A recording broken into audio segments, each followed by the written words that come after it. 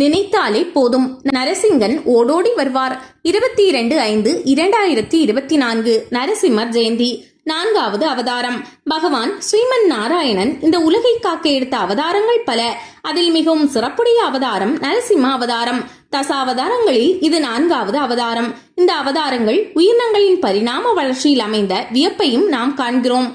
முதலில் நீர்வாழ் உயிரினங்கள் தான் தோன்றின. உலகம் வாழ்வதற்கு தகுதியானதாக இருப்பதற்கு நீர் அவசியம். நீரின்றி அமையாது உலகு அல்லவா? நீரில் வாழும் உயிரினமான மீன் அவதாரத்தை எடுத்தார்.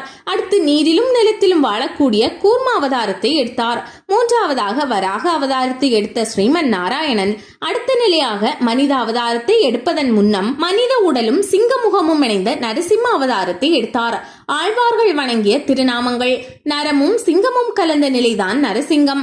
நரம் என்பது மனிதன், அதாவது மனித உருவம். இந்த உருவத்தோடு சிங்க உருவம் கலந்த ஒரு திருவுருவம் தான் நரசிம்மரின் திருவுருவம். ஆழ்வார்கள் நரசிங்கம் என்று அழைப்பதை விட சிங்கபிரான் என்று அழைப்பதில் இனிமை காண்கிறார்கள். என் சிங்கபிரான் என்றும் சிங்கம் என்றும் அழகியவா என்றும் அறிவுருவன் என்றும் சிங்கவேல் என்றும் செங்கண் ஆளி என்றும் தெள்ளிய சிங்கம் என்றும் பலபடியாக ஆழ்வார்கள் புகழ்கிறார்கள். நாளை என்ற பேச்சே நரசிம்மரிடத்தில் இல்லை.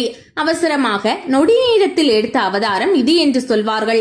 எல்லா அவதாரங்களையும் நன்கு திட்டமிட்டு எடுத்த எம்பிரான் இந்த அவதாரத்தை எந்தவித முன்னேற்பாடும் இல்லாத நிலையில் எடுத்தான் என்பார்கள். நரசிம்ம அவதாரத்தின் இன்னொரு சிறப்பு என்ன என்று சொன்னால், அவரிடம் வைக்கப்படும் எந்த கோரிக்கையும் எப்படி அவர் உடனடியாக அவதாரம் எடுத்து பிரகலாதனுடைய துன்பத்தை தீர்த்தாரோ அதை போலவே நொடி நேரத்தில் துன்பத்தை தீர்ப்பான். எனவே மிகுந்த கஷ்டத்தில் இருக்கிறவர்கள் உடனடி தீர்வுக்காக ஸ்ரீ நரசிம்மருக்கு பானகம் வைத்து நெய் தீபம் ஏற்றி பிரார்த்தனை செய்வார்கள். நாளை என்ற பேச்சு நரசிம்மனிடத்தில் இல்லை என்பது பக்தர்களின் நம்பிக்கை. நரசிம்மரை பற்றிய நூல்கள். நரசிம்மரை பற்றிய குறிப்பு இல்லாத புராண நூல்கள் குறைவு. பாகவத புராணம், அக்னி புராணம், பிரம்மாண்ட புராணம், வாயு புராணம், ஹரிவம்சம், பிரம்ம புராணம், விஷ்ணு புராணம், கூர்ம புராணம், மத்ச புராணம், பத்ம புராணம், சிவபுராணம், லிங்க புராணம், ஸ்கந்த புராணம் என பல புராணங்களில் நரசிம்மரை பற்றிய குறிப்புகள் நிறைய உண்டு. மகாபாரதத்திலும் நரசிம்மரை பற்றிய தகவல்கள் பல உள்ளன. அழகிய சிங்கர். வைணவ திருத்தலங்கள் 108. அதில் 2 திருத்தலங்கள் நரசிம்ம அவதாரத்திற்கு உரியவை. ஒன்று அகோபிலம். அகோபிலத்தை சிங்கவேல் குன்றம் என்று அழைப்பார்கள். இங்கு எல்லா மூர்த்திகளும் நரசிங்க மூர்த்திகள் தான். அகோபில நரசிம்மர், வராக நரசிம்மர், மலோல நரசிம்மர், யோகானந்த நரசிம்மர், பாவனா நரசிம்மர், ரஜ நரசிம்மர், சக்கரவட நரசிம்மன், பார்க்கவ நரசிம்மர், ஜுவாலா நரசிம்மன் என்றும் 9 நரசிம்மர் கோயில்கள் இருப்பதால் இதற்கு நவ நரசிம்ம திருப்பதி என்று பெயர். வைணவத்தின் மிக முக்கியமான திருமடங்களில் ஒன்று இந்த ஊரின் பேரில் தான் அழைக்கப்படுகிறது. அகோபில மடம் என்று பெயர். அதன் பீடாதிபதிகளுக்கு அழகிய சிங்கர் என்றே திருநாமம். விரைவாய் பலன் தரும் நரசிம்மர். தமிழ்நாட்டில் ஆழ்வார்களால் பாடல் பெற்ற நரசிம்ம சேத்திரம் சோளிங்கபுரம் என்றும் சொல்வார்கள். அரக்கோணம் அருகே இந்த சேத்திரம் இருக்கிறது. கீழே உற்சவருக்கு ஒரு கோயிலும் மலைமேல் மூலவருக்கு ஒரு கோயிலும் உண்டு. இது தவிர சிறிய மலைமேல் ஆஞ்சநேயர் கோயிலும் உண்டு. பெரிய மலை மீது உள்ள கோயிலில் யோக நரசிம்மர் எழுந்தருளி இருக்கிறார். இவ்வூருக்கு அழகான தமிழில் திருக்கடிகை என்று பெயர் வைத்திருக்கிறார்கள். கடிது என்றால் விரைந்து என்று பொருளுண்டு. மிக உடையான்றால் செய்தல் கடிதினிதே என்ற பாடல் விரைவாய் என்ற பொருளுக்கு சான்றாக சொல்லலாம். கடிகை என்றால் நாளிகை என்றும் பொருள். ஒரு நாளிகை என்பது 24 நிமிடங்களை குறிக்கும். 24 நிமிடங்கள் இந்த பெருமாளை ஆராதித்தால் அல்லது திருத்தலத்தை சேவித்தால் அவர்களுக்கு அத்தனை நலன்களும் கிடைக்கும். அதாவது இங்குள்ள நரசிம்மர் விரைவாக அளிப்பார். ஆண்டாள் வர்ணித்த நரசிம்மமூர்த்தி. ஆண்டாள் நாச்சியார் கண்ணனை நரசிம்ம அவதாரம் போல வர வேண்டும் என்று ஒரு பாசுரத்தில் அருளி செய்கிறாள். மலை குகையிலே தூங்குகின்ற சிம்மம் எழுந்து தீவிழி விழித்து பிடரி மயிர்களை எல்லாம் சிலிர்த்துக் கொண்டு உடம்பை முறுக்கிக் கொண்டு கர்ஜனை செய்து வருவது போல கம்பீரமாக நடந்து வர வேண்டும் என்று பிரார்த்தனை செய்கின்றாள். நரசிம்ம அவதாரத்தை முழுவதும் மனதில் வைத்துக் கொண்டு ஆண்டாள் இந்த பாசுரத்தை அருளி செய்திருக்கிறாள். எங்கும் இருப்பவன். விஷ்ணு சகஸ்ரநாமத்தின் முதல் நாமம் பகவான் ஹரியை குறிப்பிடுகிறது. அந்த ஹரி நரஹரி என்று ஆச்சாரியார்கள் விளக்கம் அளிக்கின்றனர். காரணம், விஷ்ணு என்றால் எங்கும் பறந்து இருக்கிறவன். எல்லா இடங்களிலும் கரந்து உரைபவன்.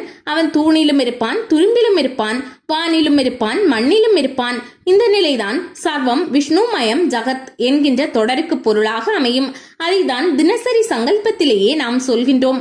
அப்பொழுதே நரசிம்மனை பிரார்த்தித்து விடுகிறோம். வேத வாக்கியம் சொல்லும் நரசிம்மன்.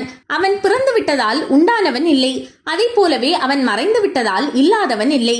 ஈஸ்வரன் ஒரு காலம் ஜீவனாகி விட முடியாது. அவதாரத்திலும் ஈஸ்வரன் தான். மற்ற கூர்ம வராக முதலிய எந்த அவதாரமும் ஒரு தாய் வயிற்றில் தோன்றியதல்ல. நரசிம்ம அவதாரமும் அப்படி தோன்றியது அல்ல. அதனாலேயே பகுதா விஜயதே என்று வேதம் கூறியது. அவன் தன்னுடைய கருணையினாலேயே திவ்ய மங்கள விக்கிரகத்தை எடுத்துக்கொள்கிறான். சாந்தோக்கியம், ஆத்மா, தேவானம், ஜனிதா, பிரஜானம், ஹிரண்ய தம்ஸ்டரோ பபசே அனசூரி என்று அவரை வர்ணிக்கிறது. படைத்தவரும் தேவர்களுக்கு ஆத்மாவாகவும் உள்ள அந்த சர்வேஸ்வரன் பளபளப்பான கோரை பற்கள் உள்ளவராகவும் எல்லாவற்றையும் உண்பவராகவும் காணப்பட்டார் என்று நரசிம்ம அவதாரத்தை விளக்குகிறது. நரசிம்ம காயத்ரி மந்திரம் அவருடைய கூர்மையான நகங்களையும் வஜ்ரம் போன்ற கோரை பற்களையும் மிக சிறப்பாக சொல்கின்றது. திருவல்லிக்கேணி தெள்ளிய சிங்கம்.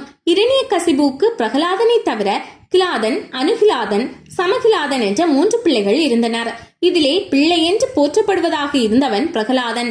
பள்ளியில் படித்து வந்தவுடன் நீ படித்தது என்ன என்று இரண்யன் கேட்கின்ற பொழுது, எதை தெரிந்தால் எல்லாம் தெரிந்ததாக ஆகுமோ அதை தெரிந்து கொண்டேன் என்று பிரகலாதன் பதில் சொல்கிறான். என்னுடைய பெயரை தெரிந்து கொண்டாயா என்று கேட்கிறான். இன்று இருந்து நாளை சாகும் உன்னுடைய பெயரை தெரிந்து இந்த ஆத்மாவுக்கு என்ன லாபம் கிடைக்கும்? நான் சொல்வது சர்வ உலகத்தையும் படைத்து காத்து அழிக்கக்கூடிய பரம்பொருளான ஸ்ரீமன் நாராயணனை தெரிந்து கொண்டேன் என்று சொல்லியவுடன் கோபம் ஏற்படுகின்றது. தன்னுடைய பிள்ளை என்றும் கருதாமல் அழிக்க நினைக்கின்றான். அழிக்க நினைத்த அவனே அழிந்து போனான் என்பதை திருவல்லிக்கேணி பாசுரத்தில் திருமங்கையாழ்வார் மிக அற்புதமாக விளக்குகின்றார். இன்றைக்கும் திருவல்லிக்கேணி திவ்ய தேசத்திலே தெள்ளிய சிங்கம் என்கின்ற திருநாமத்தோடு நாம் பெருமாளை தரிசனம் செய்யலாம். தெள்ளிய சிங்கம் என்பது தெளி சிங்கமாகி அவருடைய பெயரிலேயே தெளிசிங்கர் வீதி திருவல்லிக்கேணி இருக்கிறது. பக்தியின் குருதி பிரகலாதன். பிரகலாதன் கல்வி பயில தொடங்கினான். அசுரர்களின் குருவான சுக்ராச்சாரியார் இரணியன் தான் கடவுள் என்று போதிக்க பிரகலாதன் ஸ்ரீமன் நாராயணன் தான் கடவுள் என்று சொல்ல பிரச்சனை ஆரம்பித்தது. இரணியன் பிரகலாதனை தன் வசப்படுத்த பல விதங்களிலும் முயற்சி செய்தான். அவனது முயற்சிகள் தோல்வியில் முடிந்தன. ஆத்திரமடைந்த இரணியன் மகனென்றும் பாராமல் கொல்ல முயற்சி செய்தான். ஆனால் பிரகலாதனை கொல்ல முடியவில்லை. மறைப்பொருளாய் நின்ற மாதவன் பிரகலாதனின் ஒவ்வொரு ஆபத்திலும் அவனை காப்பாற்றியே வந்தார். ஆணவத்தில் கொதித்த இரணியன் உன் கடவுள் எங்கே என பிரகலாதனிடம் கேட்க பிரகலாதனோ தன் கடவுள் எங்கும் இருப்பார், எதிலும் இருப்பார், ஏன் தூணிலும் இருப்பார், இந்த துரும்பிலும் இருப்பார் என்று கூறினான். இரணியன் ஒரு தூணை காட்டி இந்த தூணில் உள்ளாரா என்று கேட்க பிரகலாதனோ ஏன் உடைத்துதான் பாருங்களேன் என்று உறுதியுடன் கூறினான். இந்த நம்பிக்கையும் உறுதியும் தான் பிரகலாதன்.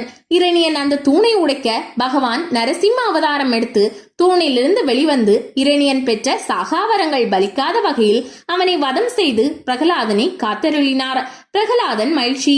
நரசிம்மரை பார்த்ததும் பிரகலாதனுடைய மகிழ்ச்சி எப்படி இருந்தது என்பதை கம்பனை தவிர வேறு யாரும் காட்டவில்லை.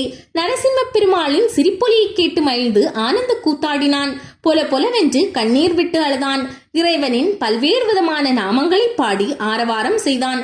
தன்னுடைய சிவந்த கைகளை தலையில் வைத்து தொழுதான். ஆடினான், பாடினான், கீழே விழுந்து வணங்கினான், துள்ளி குதித்து ஓடினான் என்று கம்பன் பிரகலாதனுடைய அந்த உற்சாகத்தை அற்புதமாக காட்டுகின்றார். மிக சிறந்த பக்தன் பிரகலாதன். அவனை போல் நம்பிக்கையோடு நரசிங்கனை வேண்டிக் கொண்டால் நிச்சயம் அவர் நம்மை காத்தருள்வார்.